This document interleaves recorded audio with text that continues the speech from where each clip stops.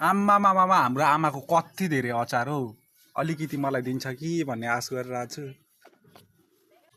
आमा त्यो तपाईँले अचार दिएको छ नि अस्ति नै तपाईँले दिनुभएको त्यो अचारै हरायो हौ। अचार अलिकति दिनु न हौ, ओप्पर भोक लागिरहेछ।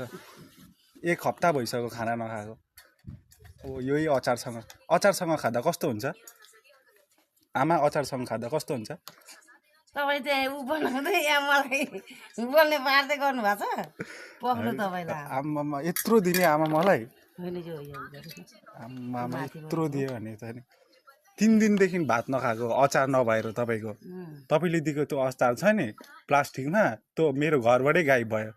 म त शत्रुहरू लागेको छ जस्तै लागिरहेछ, अचारै गायब भइरहेछ।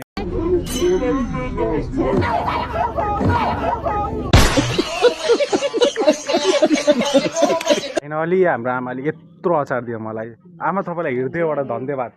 आमा तपाईँले मलाई यो अचार चाहिँ किन दिनुभएको? अनि अब किन दिनु छोरा, खानुलाई दिएको छोरा। अन्त अब यो अचार लगेपछि मेरो त घरबाट गायब त हुँदैन नि? मलाई के थाहा त छोरा। अब चाहिँ अन्तर मन्तर जन्तर गायब नहोस् मेरो अचार। आमाले फाइनली आमासँग मैले अचार मागिसकेँ। कौन है ये लोग? कहाँ से आते हैं?